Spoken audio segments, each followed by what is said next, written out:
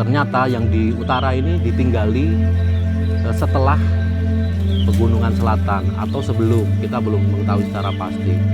Orang-orang yang datang dari selatan apakah mungkin menghuni di pegunungan utara ataukah orang yang di pegunungan utara menghuni di pegunungan selatan. Jadi kita ingin memberikan gambaran lebih jelas mengenai prasejarah di Jawa itu seperti apa. Kalau mengingat kondisi Ceruk Pajangan yang sekarang itu sudah relatif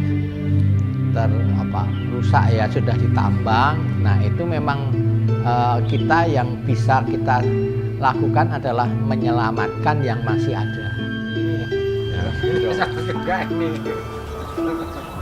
Agak susah nyarinya.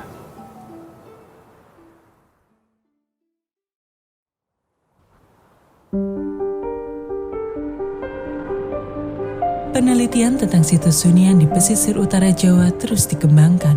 Sebagian peneliti menilai, manusia prasejarah tidak mungkin jika hanya menghuni di bagian selatan Jawa.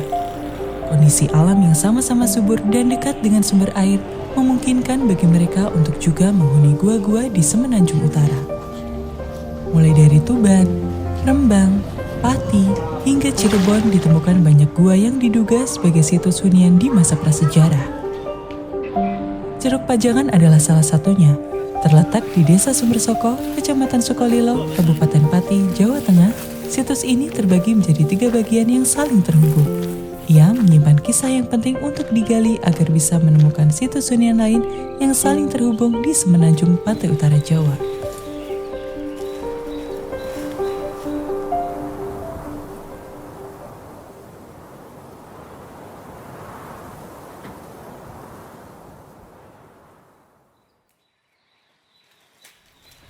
Oke, ini sekarang kita sedang berada di Gua Pajangan. Masyarakat sekitar Sumbersoko itu menyebutnya sebagai gua. Tapi kalau secara arkeologis tempat ini adalah Ceruk Pajangan. Nah, ini sebenarnya adalah runtuhan dari sungai bawah tanah. Jadi ini sebenarnya dulunya menyambung antara atap di atas dengan yang di sini. Itu menyambung, tapi dia runtuh ke bawah. Dan itu dia membentuk seperti ceruk di sekitarnya. Nah, itu ceruk-ceruk inilah yang nantinya yang dulunya itu dihuni oleh manusia-manusia prasejarah. Jadi mereka bisa berteduh, bisa beraktivitas di bawah ceruk-ceruk itu.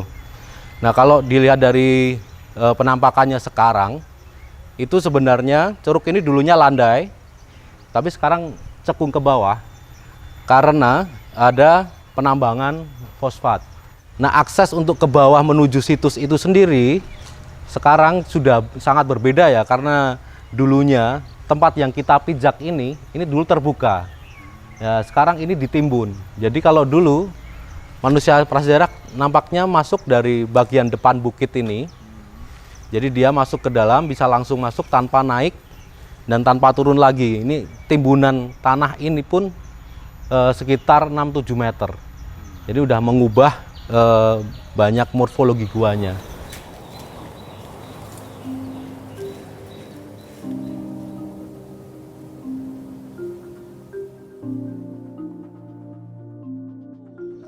Kita mulai mengeksplor daerah ini semenjak tahun 2019 ya.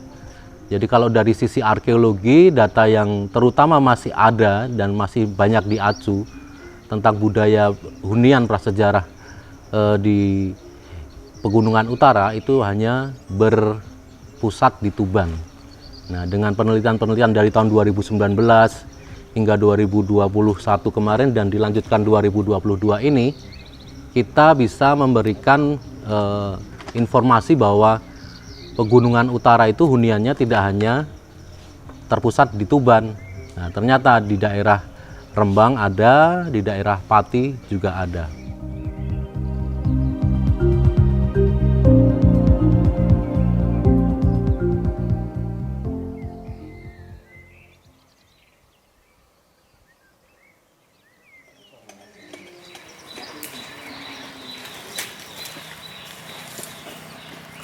Jadi kalau dari ekskavasi itu pencatatannya dari mulai speed Oh iya. Ya jadi kedalaman, jadi catat permukaannya sebelum kita buka kita harus record dulu permukaannya seperti apa kemiringannya. Jadi nanti kita bisa menceritakan juga proses deposisinya.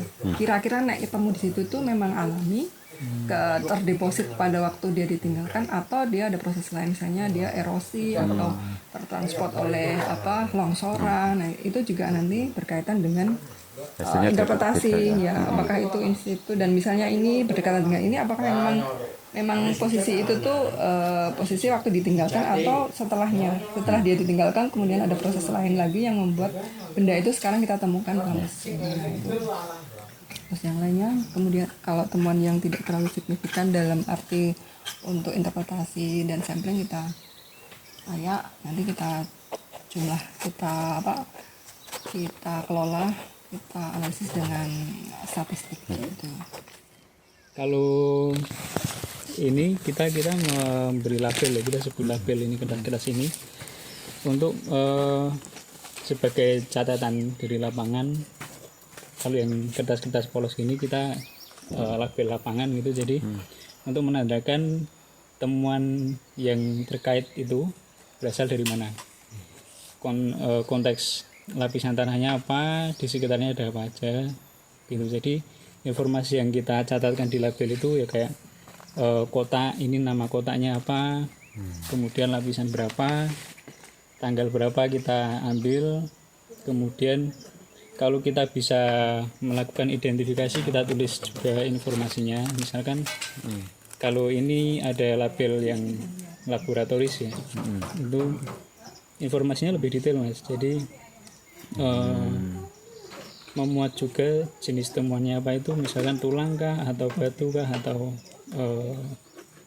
cangkang kerang gitu, ukuran, jumlah, posisi pasti, berat, itu juga kita catatkan.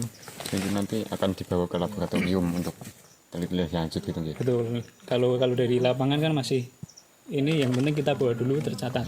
Dan nanti kita lakukan pengolahan lagi Mas, pengolahan atau penanganan temuan itu dipilah-pilah berdasarkan bahan misalnya, atau berdasarkan nilai pentingnya gitu. Misalkan ada ketemu gigi seperti ini ya, itu bakal lebih penting daripada yang batu-batu atau kerang-kerang gitu. Karena apa? Karena kalau gigi itu bisa memberikan informasi yang lebih banyak, misal terkait biologi hewannya, bahkan sampai lingkungannya seperti apa gitu.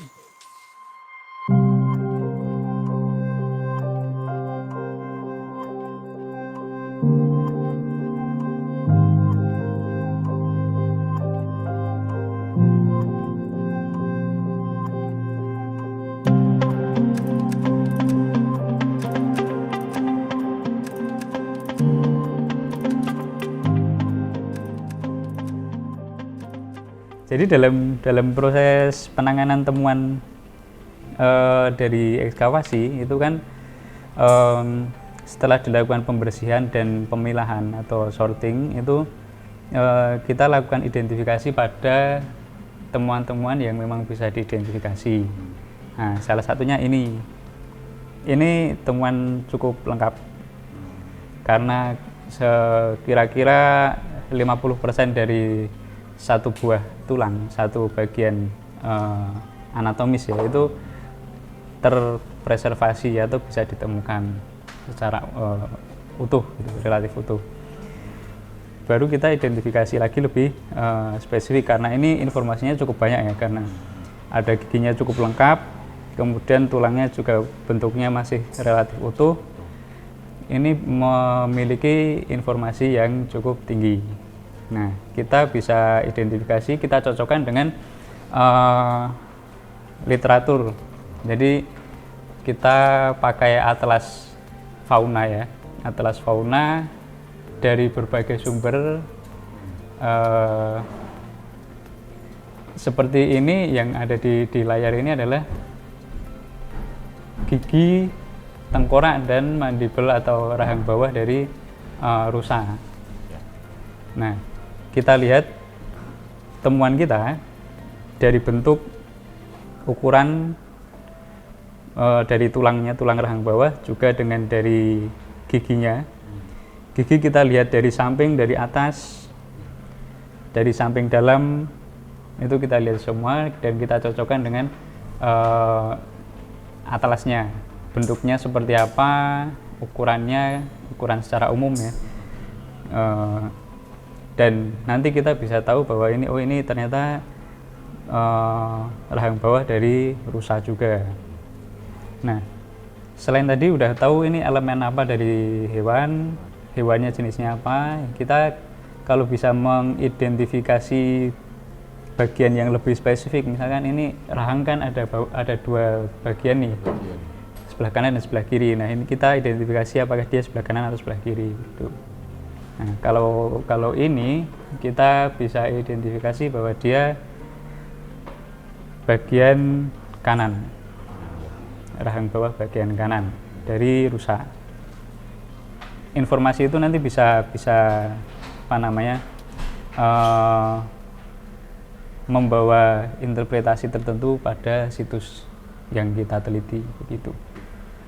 Jadi kalau sementara ini, kalau dari pajangan sendiri itu ya karena kita sedang meneliti ya loh, prosesnya tadi kan lama. Nah itu kita kan baru sampai ke mengumpulkan datanya. Tetapi kalau melihat dari berbagai tempat yang lain di sekitar ini, di utara ini ya, katakanlah daerah Kendeng Utara ini, karena pajangan termasuk bagian itu ya, itu ya sudah ada bukti-bukti yang cukup tua ya untuk membuktikan ada hunian manusia gitu kan.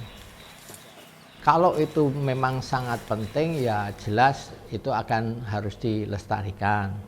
Tetapi kalau mengingat kondisi Ceruk Pajangan yang sekarang itu sudah relatif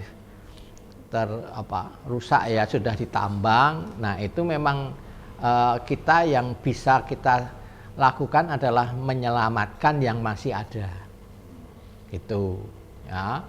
Nah, kalau kita menemukan sesuatu ya besok bisa saja pengetahuan tentang Ceruk Pajangan itu dimanfaatkan.